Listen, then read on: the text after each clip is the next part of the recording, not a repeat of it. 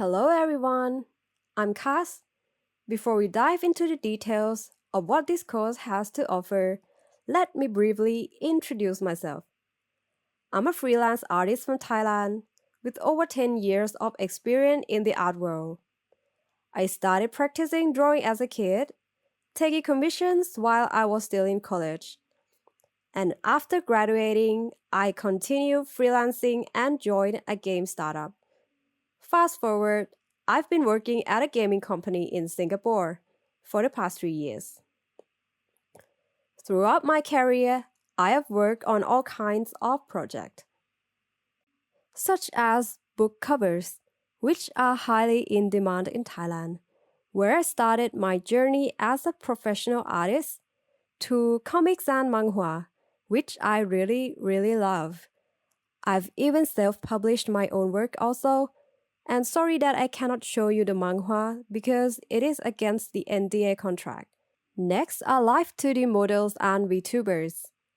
I handle everything from concept design, costume design, to creating models for live 2D and key visual art.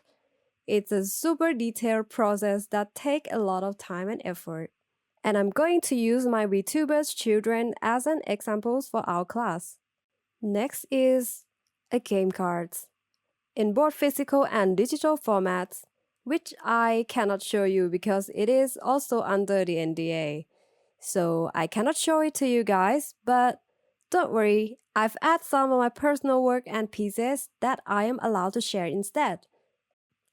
This includes my original characters, novel covers, prints, my illustration book, or even a long illustration that used as a booth backdrop, and also an adaptable characters. And I'm currently working in the game industry, focusing on character design for gacha game and splash art. With all that experience under my belt, I've had the chance to try many different things. I've also taken a variety of courses myself, and now I'm here to share that knowledge with you in this class. My goal is to make everything easy, enjoyable, and possible to understand for you guys. So let's take a look about this class, okay? Let's start with what to expect. Here is what I want you to take away from this course. First is to have fun. I believe that learning sticks better when it's enjoyable. I'll give you the tools and techniques to work with, but you have the freedom to create in your own style. So don't be afraid to break the rules. Explore your creativity and relax. 2 is to gain confidence in sharing your work. Have you ever read Show Your Work by Austin Kleon? I wholeheartedly support that idea. It's important to let others see your work. Even if you are not active on social media, having a platform to showcase your progress is still valuable. So it's also a great way to track your process. 3. Courage. Step out of your comfort zone. Let's challenge ourselves. Whether it's drawing something unfamiliar or something you've always wanted to try but were too nervous about, we'll do it together. You don't need to leave your comfort zone completely. I recommend you to just dip your toes in and see what happens. And number 4, create your own character sheet and splash art. Of course you can do that. By the end of the course, you have your very own character sheet and a stunning splash art piece to show off. This will be your personalized, tangible accomplishments, more valuable than a certificate because you made them by yourself. Let's move to take a look at the course overview. Here's a quick rundown of what we'll cover in this course. Step 1 is anatomy basics. Anatomy can be quite intimidating, even for me, but it's incredibly important for design. That's because the anatomy of humans and animals serves as extra tools or options for us to play in our work. If you learn bird anatomy, you won't be afraid of drawing wings. If you learn female anatomy, you won't be afraid to draw a woman. And this knowledge will extend into fantasy drawings, where we can combine what we know and create characters in full of imagination. So don't worry though, I'll guide you through just the basic of anatomy, because if you want to draw well, it's something you need to practice and observe on your own. Everyone's anatomy style varies depending on their personal approach. So I'm giving you the freedom to explore that on your own. For now, we'll learn the fundamentals as the foundation to build upon. Number 2. Gestures and expressions. Once we've got the basics of anatomy down, we'll breathe life into our characters through gestures and expressions. These are keys to making your character look very dynamic and full of personality. Let's learn how to draw different emotions and a variety of expressive poses. Number 3. Character sheet. And now it's time to design your character.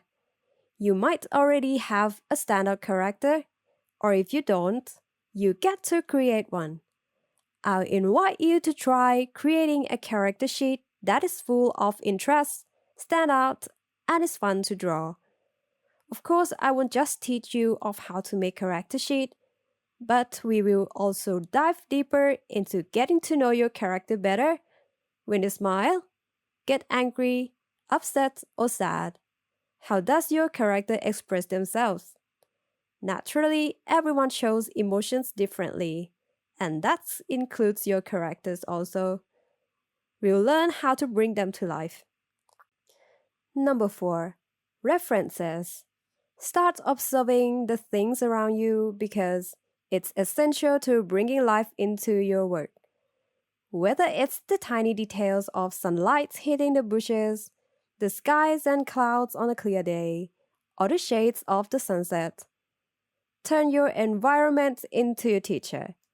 This way, you might never get bored again when observing the world around you. Or you might zone out entirely because you'll become too obsessed with it, so be careful. Number 5. Painting. Now that we have our references and characters ready, we are going to tackle something even more challenging.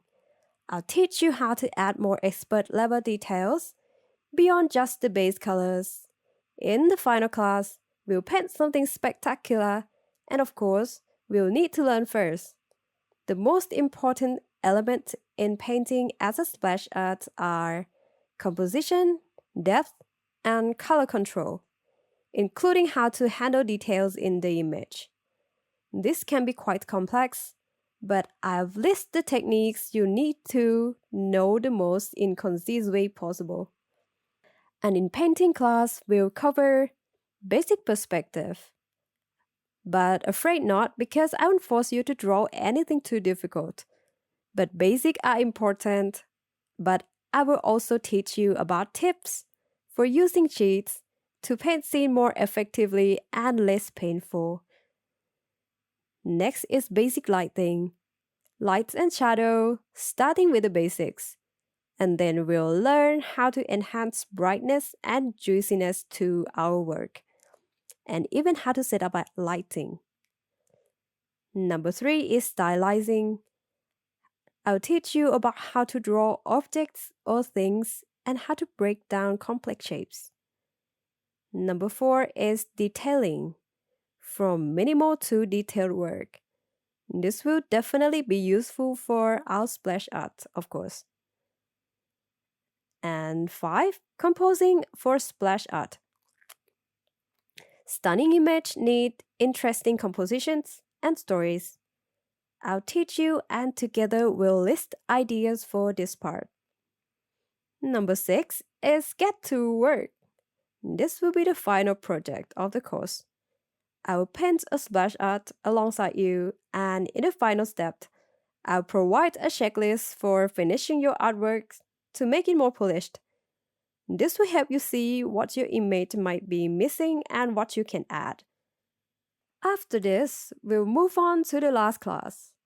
In this class, I'll share my insights and what I've learned as a freelance 2D artist, including adapting to corporate world, managing layers when working with companies, and organizing files for different projects, whether it's for an illustration book, manga, or prints.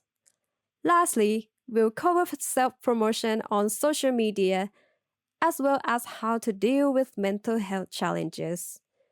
I believe everyone has moments of self-doubt, sadness, and art block when it's hard to create anything.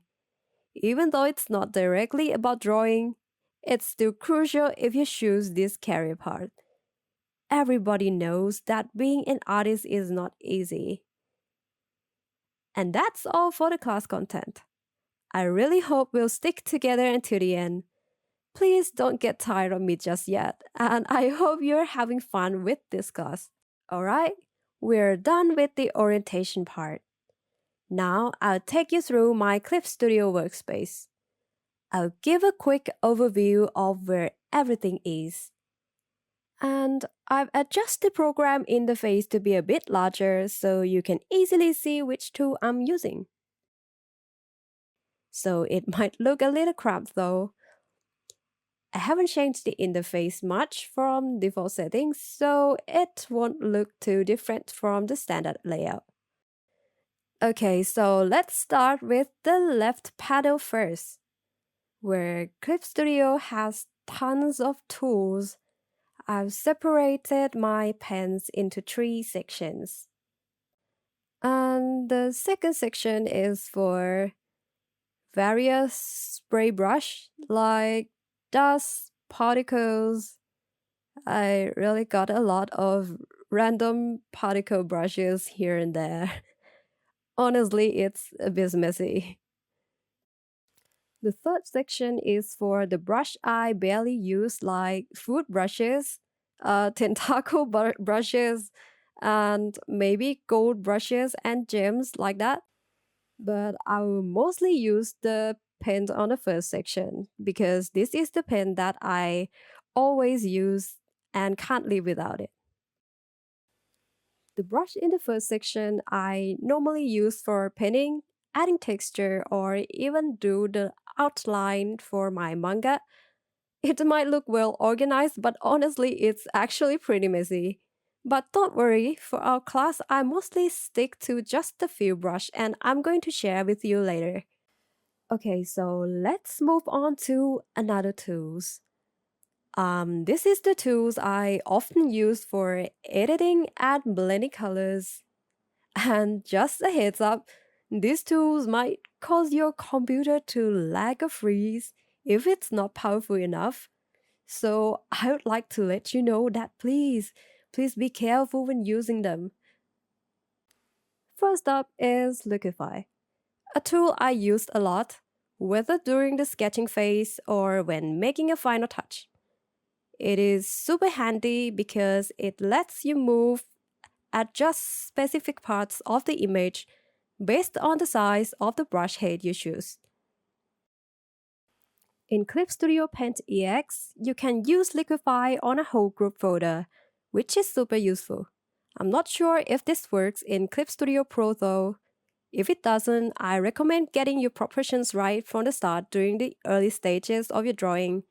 This helps avoid any edits that could cause your computer to lag. Next is Pinch Tool. It is basically a copy version of Liquify that I have switched the mode into pinch mode.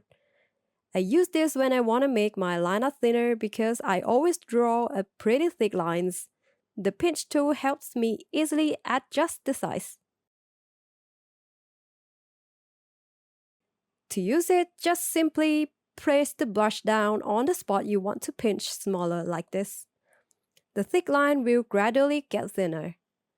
There's actually a tool for adjusting line width, but when it comes to penning, it doesn't really work since I usually merge the color and line layers together.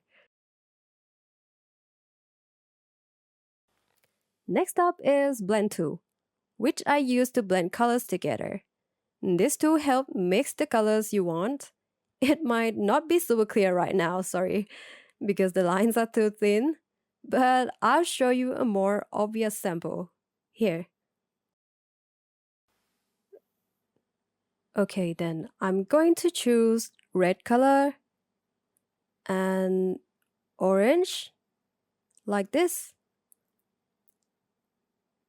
And what you need to do is to use the blend tool to smudge, and it will blend together beautifully. Okay, let me show you another blending tools as well.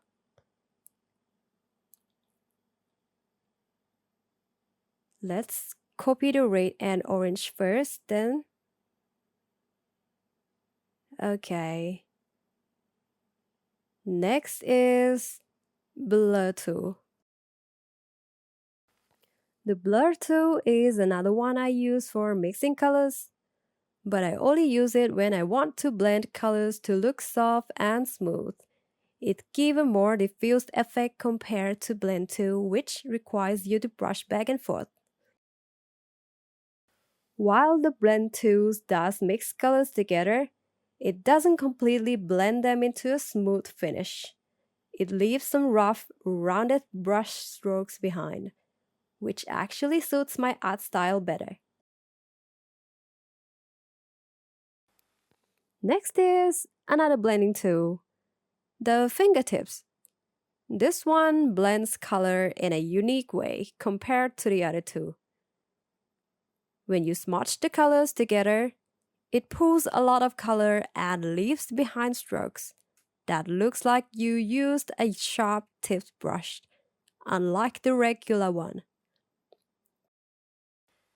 I really like this one because it is great for creating textures, especially when blending hair. This is the brush I cannot live without. There are actually more blending tools to try out. I recommend giving them a go yourself. You might find one that fits your style. Feel free to experiment and adjust them as you see fit. Next is eraser tool. And we all knows what it's for. Erasing, right? But honestly, I didn't use it as much. That's because I have another method that's quicker and give me way more eraser shapes options. And here how I do it. The trick is, when you're using brush tool, just press the C. And I want you to keep an eye on this area. As soon as you press C, the brush you are using is instantly switches to eraser mode.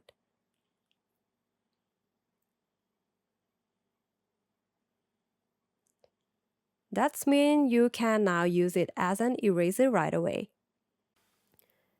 And when you want to switch it back to a brush, just simply press C again and it will be back to normal.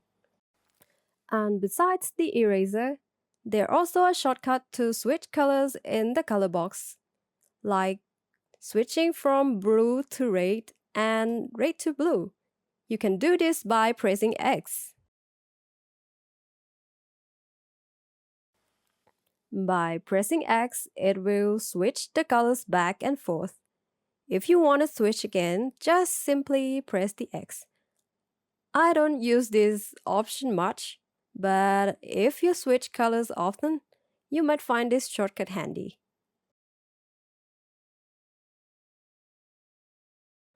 Before we move on to the tools on the right, there's one last part I occasionally adjust, though not very often, which is the brush adjustment section. Here you can tweak the size, opacity, make the brush tips softer, switch to sharp edge, or even use the pixel brushes. There are also size options you can click on. As for brush size, I actually don't really use this much, since I already have a remote that used as a shortcut to adjust the brush size. And below is color wheel.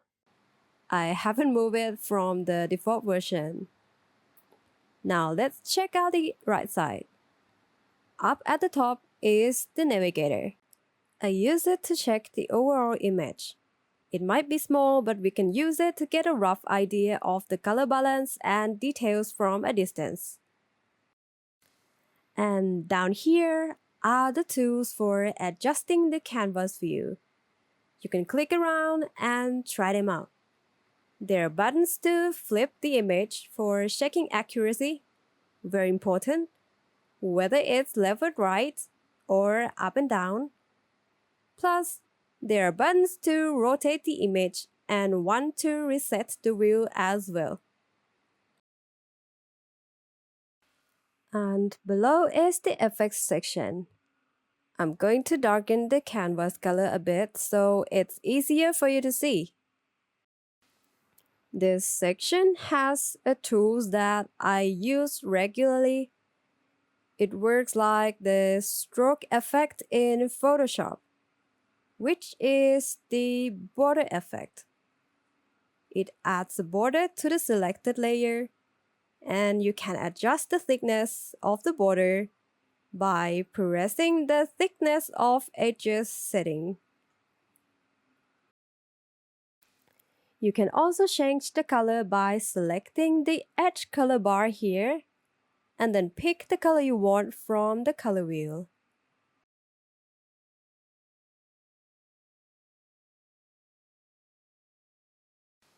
And if you want to enable this effect, just simply press the same button.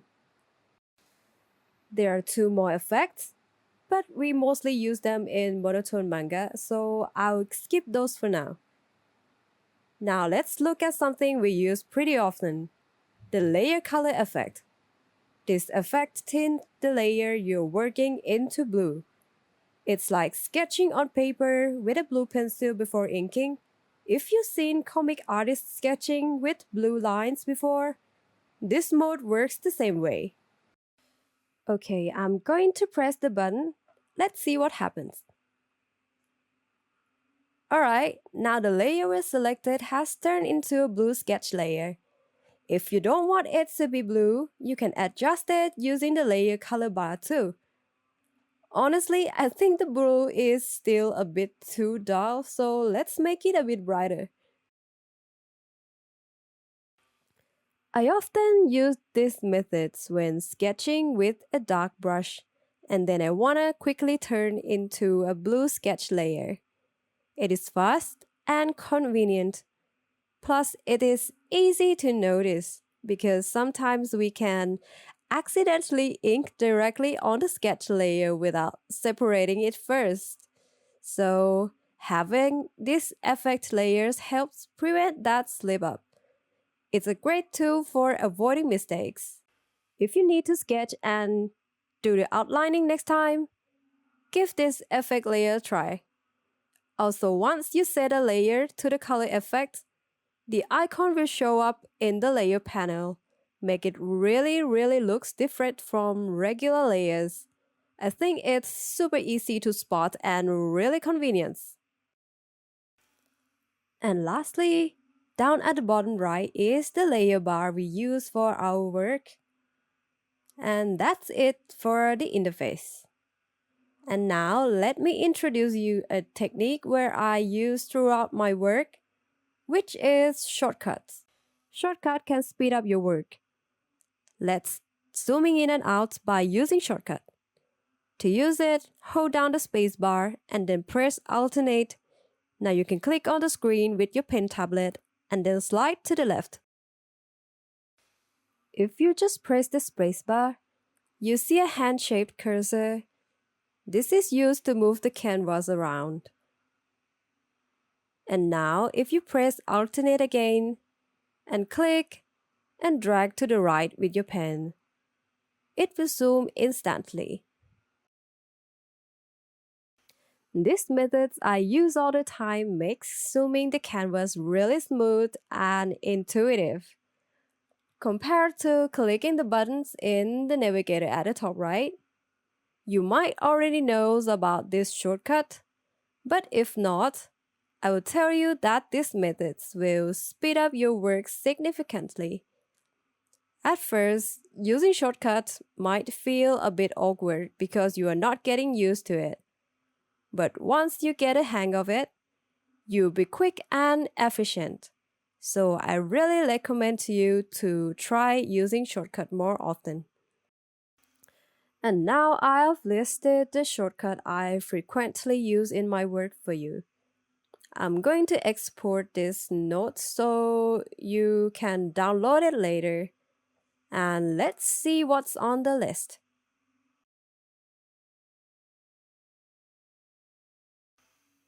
You can press Ctrl Z as copy. And next is Ctrl X, which is to cut. And then Ctrl V is to paste. Another one is Ctrl T, free transform. Oops, sorry. Let's do it again. Free transform is to edit the size, whatever you want. And another one is pressing C. When using a brush tools, it will be an eraser. And pressing X to switch color between two palettes. This palette, okay?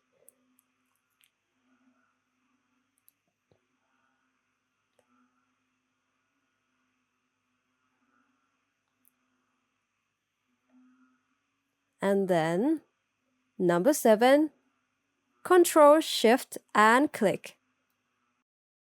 This will let you jump to the layer you click on. For example, if I want to jump to this image layer, just press Ctrl Shift and click on it. Now I'm on the image layer. These methods make it super quick and easy to switch to the layer you want to paint on.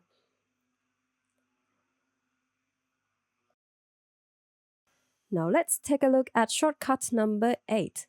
It is an alternate delete, which is a quick way to use the paint bucket tool to fill a layer with color. This lets us skip the hassle of clicking the bucket tool every time. Let's give it a try. I usually use these methods when I want to lay down a gray background to check the overall look of the image. Try to remember it and give it a go. And the last, most important shortcut is Ctrl S to save.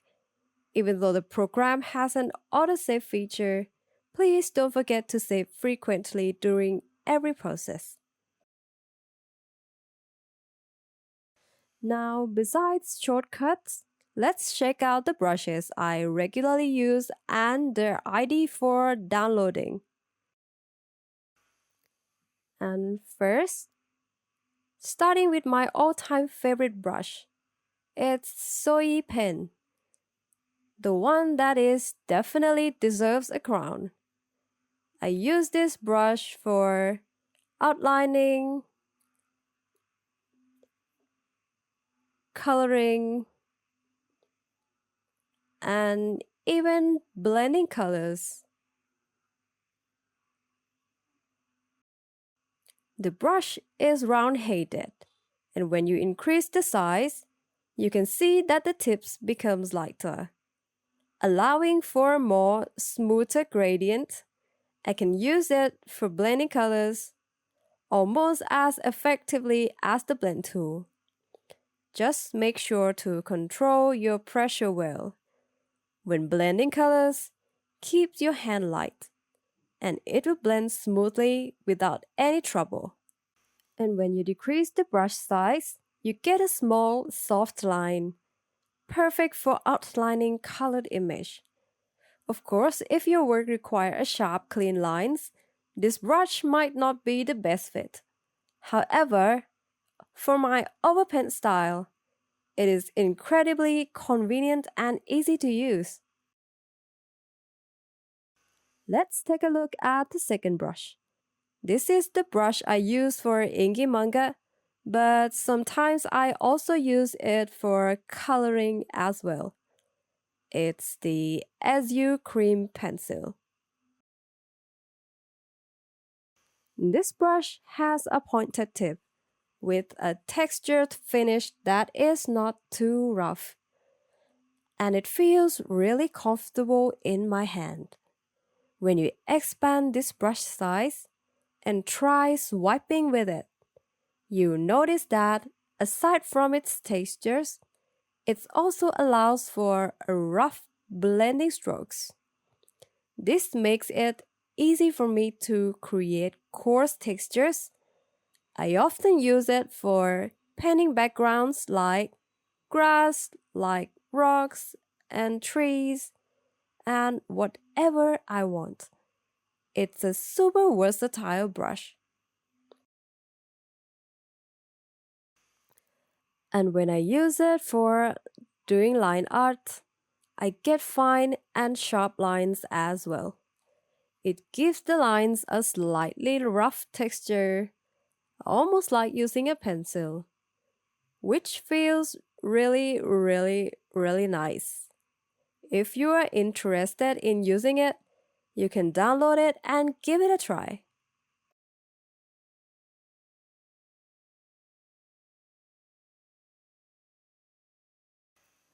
Okay, let's move on to the final brush.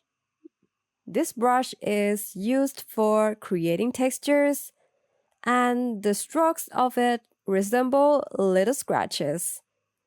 I call it the cat scratches brush. Its versatility, oh my god, I really can't pronounce it right. Its versatility isn't as high as the previous two brushes, but it's essential for certain tasks and really helps in adding texture. For example, I use it to paint hair, and making the hair looks fine and detailed. I honestly can't read the name of this brush, so I just call it the hair brush. Sorry about that. But it's okay, I have noted down its ID so you can search for it on Clip Studio website and download it.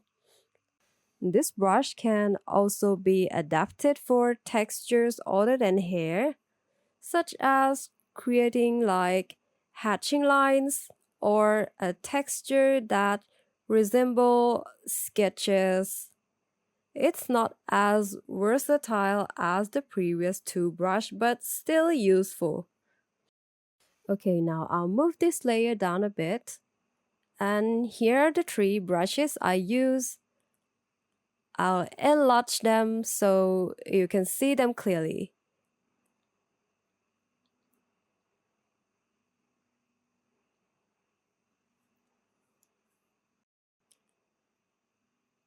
You know, the best part is that all these brushes are all free.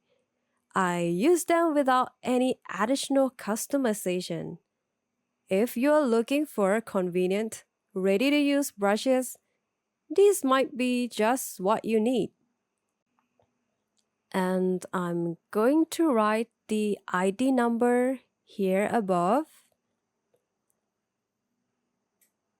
And don't worry, you don't have to pause the clip to see all the ID numbers. I will export this page and you can download it at the class sheet.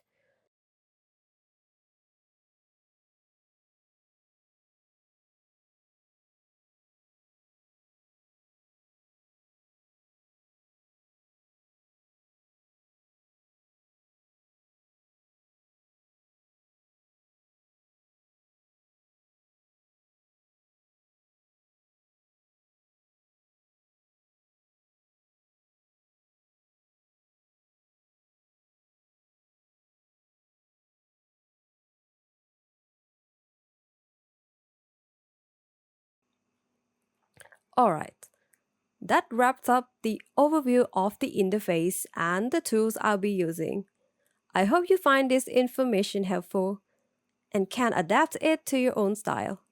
In the next class, we'll dive into anatomy as our first topic. See you then!